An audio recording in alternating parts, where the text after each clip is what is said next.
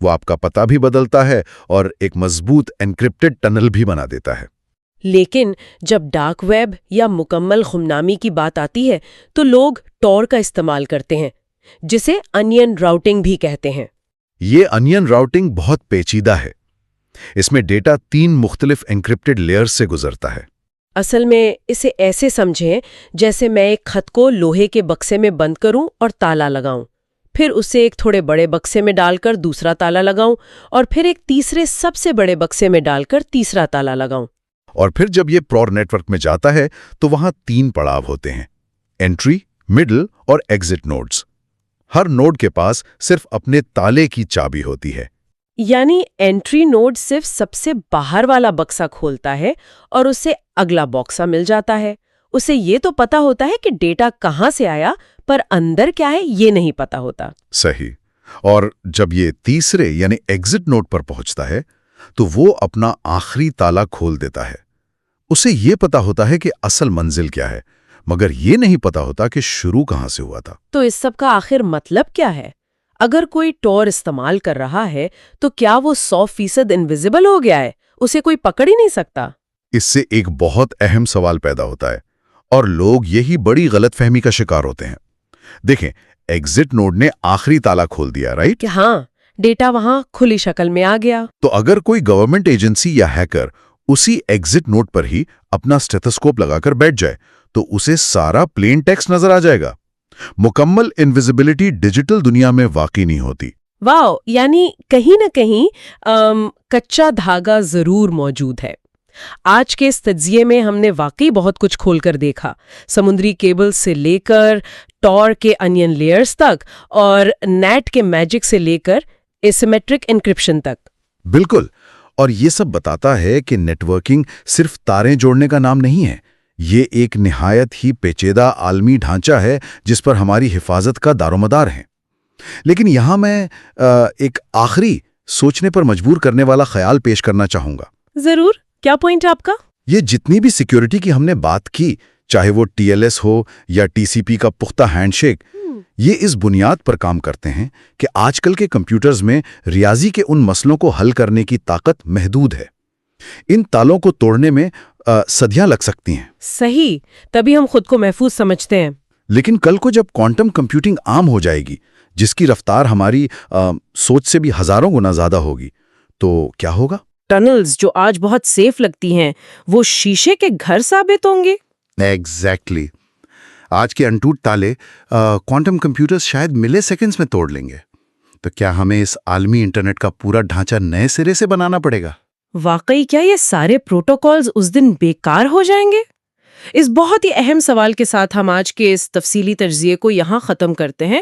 جو لوگ سن رہے ہیں، اگلی بار جب آپ لوگ کوئی خفیہ میسج بھیجیں تو اس کے اس لمبے انویزیبل سفر اور آنے والے اس کوانٹم طوفان کے بارے میں ضرور سوچیے گا۔ دی ڈیبیٹ میں خوش آمدید۔ آج ہم سائبر سیکیورٹی اور کمپیوٹر نیٹورکنگ کے ایک ایسے بنیادی اور آپ کہہ لیں کہ انتہائی گہرے سوال پر بات کر رہے ہیں جو ہر سیکیورٹی ماہر کے ذہن میں ہوتا ہے۔ بالکل، اور یہ ایک ایسا موضوع ہے جس پر انڈسٹری میں کافی گرما گرم بحث ہوتی رہتی ہے۔ جی ہاں، تو آج کی بحث کا بنیادی سوال یہ ہے کہ کیا ایک واقعی محفوظ نیٹ ورک کی اصل بنیاد نیٹ ورک کے بیرونی حصار کو مضبوط کرنے اور اس کی اندرونی ساخت کو چھپانے پر ہے، جسے ہم تکنیکی زبان میں نیٹ ورک باؤنڈری کنٹرول کہتے ہیں، یا پھر حقیقی تحفظ کا مکمل انحصار صرف اور صرف ڈیٹا کی سطح پر ہونے والی خفیہ کاری یعنی ڈیٹا لیول انکرپشن پر ہے؟ صحیح۔ میرا موقف اس بحث میں بالکل واضح ہے۔ میں سمجھتی ہوں کہ نیٹ ورک باؤنڈری کنٹرولز یعنی آپ کی firewalls, private IP addresses اور نیٹ ورک ایڈریس ٹرانسلیشن یا نیٹ، یہ سیکیورٹی کی وہ بنیادی اور ناگزیر تہیں ہیں جن کے بغیر کوئی بھی سسٹم قائم رہ ہی نہیں سکتا۔ اور میں اس روایتی سوچ کو تھوڑا چیلنج کروں گا۔ میرا موقف یہ ہے کہ یہ جو بیرونی حصار ہیں، دیواریں ہیں اور نیٹ ورک کو چھپانے کی جو ہم کوششیں کرتے ہیں نا، یہ اب محض ایک دھوکہ بن چکی ہیں۔ اچھا، ایک دھوکہ؟ بالکل۔ دیکھیں، آج کی اس جدید کلاؤڈ اور موبائل دنیا میں حقیقی اور حتمی سیکیورٹی صرف اور صرف ڈیٹا کی سطح پر کی جانے والی انکرپشن سے ہی ممکن ہے۔ اگر آپ کا ڈیٹا بذات خود محفوظ نہیں ہے نا، تو آپ کی بنائی ہوئی کوئی بھی ورچوئل دیوار آپ کو بچا نہیں سکتی۔ تو چلیں اس بحث کو تھوڑا گہرائی میں لے کر چلتے ہیں۔ دیکھیں، جب ہم کسی بھی نیٹ ورک کو ڈیزائن کرتے ہیں تو سب سے پہلا اصول یہ ہوتا ہے کہ اسے بیرونی دنیا یعنی انٹرنیٹ کی افراتفری سے الگ رکھا جائے۔ ایک لوکل ایریا نیٹ ورک یا لین کی بنیادی طاقت ہی اس کی محدود رسائی ہے۔ محدود رسائی۔ جی، اب اس کو عملی جامہ پہنانے کے لیے ہم نیٹ کا استعمال کرتے ہیں۔ لوگ اکثر سمجھتے ہیں کہ نیٹ کا مقصد صرف IPv4 ایڈریسز کی کمی کو پورا کرنا ہے، لیکن سیکیورٹی کے زاویے سے دیکھیں تو یہ ایک زبردست ڈیفنس میکانزم ہے۔ ایک سیکنڈ، وہ کیسے؟ مطلب آپ نیٹ کو باقاعدہ سیکیورٹی کا ٹول کیسے کہہ سکتی ہیں؟ میں سمجھاتی ہوں۔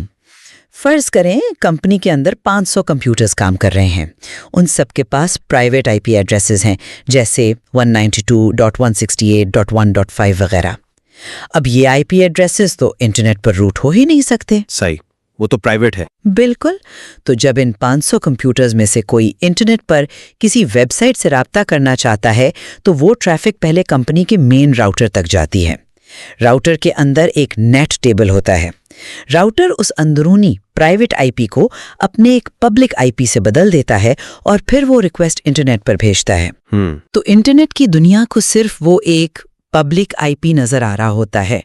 کسی ہیکر کو یہ معلوم ہی نہیں ہو سکتا کہ اس راؤٹر کے پیچھے 500 ڈیوائسز کا ایک پورا جال بچھا ہوا ہے، ان کی ساخت کیا ہے اور ان تک کیسے پہنچنا ہے۔ یہ بالکل ایک ایسی بلڈنگ کی طرح ہے جس کا صرف ایک مین ریسیپشن ہے اور باہر سے کسی کو نہیں معلوم کہ اندر کتنے کمرے ہیں اور ان تک جانے کا راستہ کیا ہے۔ آپ اس ساخت کو چھپانے کی طاقت کو یعنی آبفسکیشن کو کیسے نظر انداز کر سکتے ہیں؟ دیکھیں، آپ کی یہ ریسیپشن والی مثال بہت زبردست ہے، مجھے پسند آئی۔ لیکن مسئلہ یہ ہے کہ آج کے دور کے جو حملہ آور ہیں نا، وہ ریسیپشن پر آ کر یہ نہیں پوچھتے کہ اندر کون ہے، وہ ریسیپشنسٹ کو بائی پاس کرنے کے طریقے جانتے ہیں۔ لیکن کیسے؟ اگر ان کے پاس اندر کا راستہ ہی نہیں ہے تو؟ میں بتاتا ہوں۔ آپ کہہ رہی ہیں کہ نیٹ اندرونی نیٹ ورک کو چھپا لیتا ہے، لیکن ہیکنگ کی دنیا میں ایک تصور ہے جسے ہم نیٹ ورک ریکنیسنس یا انفارمیشن گیدرنگ کہتے ہیں۔ آپ کا نیٹ ورک کتنا ہی پوشیدہ کیوں نہ ہو، اسے بیرونی دنیا سے رابطہ کرنے کے لیے کچھ دروازے جنہیں ہم پورٹس کرتے ہیں وہ تو کھلے رکھنے پڑتے ہیں نا۔ ہاں، تو ظاہر ہے اگر پورٹ 80 یا 443 اوپن نہیں ہوں گے تو ویب ٹریفک کیسے چلے گی؟ مطلب وہ تو ضروری ہے۔ بالکل، اور یہیں سے سیکیورٹی کا وہ فریب ٹوٹتا ہے جس پر آپ یقین کر بیٹھی ہیں۔ حملہ آور کالی لینکس کے ٹول Nmap جیسی چیزیں استعمال کرتے ہیں۔ اب Nmap کیا کرتا ہے؟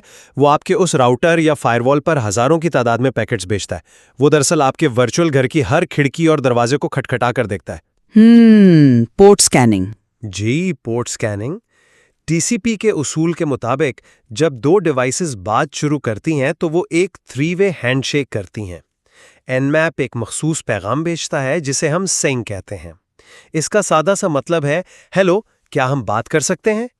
اب اگر آپ کا وہ ریسیپشنسٹ یا فائر وال اندر کی طرف سے جواب دیتا ہے جسے سنک اکنالجمنٹ کہتے ہیں، یعنی ہاں ہم بات کر سکتے ہیں، تو ہیکر کو فوراً پتہ چل جاتا ہے کہ یہ پورٹ اوپن ہے اور اس کے پیچھے کون سی سروس چل رہی ہے۔ صحیح۔ تو اگر دروازہ کھلا ہے تو اس بات سے کیا فرق پڑتا ہے کہ آپ نے اندر کے کمروں کو چھپایا ہوا ہے؟ محض نیٹ ورک کو چھپانا پروٹوکول ایکسپلائٹیشن کو نہیں روک سکتا۔ یہاں مجھے آپ کو تھوڑا سا ٹوکنا پڑے گا۔ آپ نے Nmap اور پورٹ سکیننگ کی بات بالکل ٹھیک کی، لیکن مجھے لگتا ہے آپ فائر وال کے فلٹریشن میکانزم کو بہت ہلکا لے رہے ہیں۔ اچھا، وہ کیسے؟ دیکھیں، ایک جدید فائر وال محض ایک بے وقوف دروازہ نہیں ہے جو پورٹ اوپن ہونے پر ہر کسی کو اندر آنے دے گا۔ یہ اسٹیٹفل انسپیکشن کرتی ہے، یعنی وہ باقاعدہ یاد رکھتی ہے کہ کیا اندر موجود کسی کمپیوٹر نے واقعی باہر سے اس کنیکشن کی ڈیمانڈ کی تھی یا نہیں۔ میں مانتا ہوں، لیکن اگر ٹریفک جائز پورٹ سے آ رہی ہو تو تب تو فائر وال اسے اندر آنے دے گی نا؟ تب بھی فائر وال ڈیٹا کے پیٹرن کو دیکھتی ہے۔ اب میں آپ کو بتاتی ہوں کہ میں فائر والز اور باؤنڈری کنٹرول پر اتنا زور کیوں دے رہی ہوں۔ آپ نے شروع میں انکرپشن کی بات کی تھی، ٹھیک ہے؟ جی بالکل۔ دیکھیں، انکرپشن ایک انتہائی مہنگا حسابی عمل ہے۔ مطلب ریاضیاتی طور پر ڈیٹا کو لاک کرنا اور ان لاک کرنا سرور کے پروسیسر پر بہت زیادہ بوجھ ڈالتا ہے۔ اب فرض کریں آپ کے پاس کوئی فائر وال نہیں ہے اور آپ کا پورا بھروسہ صرف انکرپشن پر ہے۔ ایک ہیکر آپ کے سرور پر 1 سیکنڈ میں لاکھوں کی تعداد میں جعلی کنیکشن کی درخواستیں بھیجتا ہے۔ DDoS attack? بالکل، آپ کا سرور ہر اس جعلی درخواست کے ساتھ انکرپشن کا عمل شروع کرنے کی کوشش کرے گا۔ تو نتیجہ کیا نکلے گا؟ ڈینائل آف سروس یا DDoS اٹیک۔ آپ کا سرور اوور لوڈ ہو کر بیٹھ جائے گا۔ فائر وال دراصل ایک باؤنسر کی طرح ہے جو اس بے ہنگم اور نقصان دہ ٹریفک کو دروازے پر ہی ڈراپ کر دیتی ہے تاکہ آپ کا انٹرنل سسٹم سکون سے اپنا کام کر سکے۔ اگر یہ باؤنسر نہ ہو تو آپ کی بہترین انکرپشن بھی آپ کو مفلوج ہونے سے نہیں بچا سکتی۔ دیکھیں، آپ کی یہ دلیل بہت پریکٹیکل ہے کہ فائر وال پروسیسنگ کے بوجھ کو کم کرتی ہے۔ واقعی میں اسے انکار نہیں کرتا، یہ ایک اچھا پوائنٹ ہے۔ لیکن ذرا ایک قدم پیچھے ہٹ کر سوچیں، فائر وال کس چیز کی حفاظت کر رہی ہے؟ نیٹ ورک کی، سرور کی؟ صرف اس سرور کی یا اس ڈیوائس کی؟ لیکن جب آپ کا ڈیٹا اس سرور سے نکل کر انٹرنیٹ کی وسیع و عریض دنیا میں سفر کرتا ہے تو کیا ہوتا ہے؟ کیا آپ کی فائر وال اس پیکٹ کے ساتھ ساتھ سفر کرتی ہے؟ نہیں نا؟ ظاہر ہے وہ تو باؤنڈری پر رہتی ہے۔ پیکٹ سنفنگ یعنی راستے میں جاتے ہوئے ڈیٹا کو درمیان نہیں کاپی کر لینا یا پڑھ لینا۔ جی ہاں، اور یہیں پر میری دلیل مضبوط ہوتی ہے کہ اصل سیکیورٹی صرف اور صرف ڈیٹا کی سطح پر ہو سکتی ہے۔ اگر ہم HTTPS پروٹوکول کی بات کریں نا، تو وہ محض ایک پورٹ یعنی پورٹ 443 نہیں کھول رہا ہوتا، بلکہ کلائنٹ اور سرور کے درمیان ایک مکمل انکرپٹڈ ٹنل قائم کر رہا ہوتا ہے جسے ہم TLS ہینڈ شیک کہتے ہیں۔ اچھا، یہ جو ہینڈ شیک کا میکانزم ہے، اسے ہمارے سامعین کے لیے تھوڑا آسان الفاظ میں واضح کریں۔ یہ کس طرح اس پیکٹ سنفنگ کو بیکار کر دیتا ہے؟ ضرور۔ دیکھیے، اسے سمجھنے کے لیے ہمیں ایسیمیٹرک انکرپشن کو سمجھنا ہوگا۔ ذرا تصور کریں کہ ایک کھلا ہوا تالا ہے۔ سرور وہ کھلا ہوا تالا ہر اس شخص کو بانٹ دیتا ہے جو اس سے رابطہ کرنا چاہتا ہے۔ اسے ہم پبلک کی کہتے ہیں۔ صحیح۔ اب آپ اپنا پیغام ایک باکس میں رکھتی ہیں، اس پر وہ تالا لگاتی ہیں اور اسے دبا کر بند کر دیتی ہیں۔ اب سب سے دلچسپ اور جادوئی بات یہ ہے کہ ایک بار تالا بند ہو گیا نا، تو آپ خود بھی اسے نہیں کھول سکتی۔ اچھا، جی، اسے صرف اور صرف وہی شخص کھول سکتا ہے جس کے پاس اس تالے کی فزیکل چابی ہے، یعنی سرور کی پرائیویٹ کی، جو کہ اس نے کسی کو نہیں دی۔ یعنی اگر راستے میں کوئی اس باکس کو چرا بھی لے تو وہ تالا نہیں کھول سکتا۔ بالکل، اگر ہیکر راستے میں ڈیٹا کو انٹرسیپٹ کر بھی لے تو اسے صرف سائفر ٹیکسٹ یعنی بے معنی حروف کا ایک مجموعہ ملے گا، اور یہ جو تحفظ ہے یہ زیرو ٹرسٹ کے اصول پر کام کرتا ہے۔ Zero trust? جی، یعنی مجھے اس بات سے کوئی غرض نہیں کہ نیٹ ورک کی دیواریں مضبوط ہیں یا نہیں، مجھے راستے کی کسی راؤٹر پر بھروسہ نہیں، میں صرف ریاضی اور کرپٹوگرافی پر بھروسہ کرتا ہوں۔ فائر والز آپ کو یہ یقین دلاتی ہیں کہ آپ کا ماحول محفوظ ہے، جبکہ انکرپشن کہتی ہے کہ ماحول کبھی محفوظ نہیں ہو سکتا۔ اس لیے اپنے اثاثے کو بذات خود ناقابل تسخیر بنا لو۔ واہ، میں اس تاری والی مثال کی داد دوں گی۔ یہ واقعی کرپٹوگرافی کی طاقت کو بہت خوبصورتی سے بیان کرتی ہے۔ لیکن آپ کی اسی بات سے میں ایک نیا زاویہ نکالتی ہوں۔ آپ کہتے ہیں کہ اگر ڈیٹا انکرپٹڈ ہے تو راستے کی یا نیٹ ورک کی ساخت کی کوئی اہمیت نہیں۔ جی بالکل نہیں۔ تو پھر ہم VPN کا استعمال کیوں کرتے ہیں؟ VPN یعنی ورچوئل پرائیویٹ نیٹ ورک، تو وہ بھی تو ایک انکرپٹڈ ٹنل ہی بناتا ہے نا؟ وہ انکرپٹڈ ٹنل بناتا ہے، یہ بات درست ہے، لیکن ذرا سوچئے، لوگ پریکٹیکل لائف میں VPN کیوں استعمال کرتے ہیں؟ مثال کے طور پر اگر کسی ملک میں PUBG گیم یا کوئی اور سروس بلاک ہے تو صارفین VPN لگاتے ہیں۔ کیوں؟ صرف اس لیے نہیں کہ انہیں اپنا ڈیٹا انکرپٹ کرنا ہے، بلکہ اس لیے کہ انہیں اپنا مقام، اپنی روٹنگ اور اپنا IP ایڈریس تبدیل کرنا ہے۔ VPN کلائنٹ آپ کے اصل IP کو چھپا کر سرور کو اپنا IP دکھاتا ہے۔ اس کا مطلب یہ ہوا کہ صرف مواد کو تالا لگانا کافی نہیں ہے، بلکہ وہ باکس کہاں سے آ رہا ہے اور کہاں جا رہا ہے۔ اس ساخت کو چھپانا بھی انکرپشن جتنا ہی اہم ہے۔ اگر نیٹ ورک باؤنڈریز اور راؤٹنگ کی کوئی اہمیت نہ ہوتی تو VPN کی یہ جو لوکیشن ماسکنگ ہے، یہ اتنی بڑی انڈسٹری نہ ہوتی۔ کمال ہے، آپ نے VPN کی مثال دے کر بہت ہی شاندار پوائنٹ اٹھایا ہے۔ آپ کا کہنا ہے کہ روٹنگ اور شناخت چھپانا سیکیورٹی کا لازمی حصہ ہے۔ تو چلیں، میں آپ کو روٹنگ کو چھپانے اور نیٹ ورک باؤنڈریز بنانے کے حتمی اور سب سے پیچیدہ نظام کی طرف لے چلتا ہوں، یعنی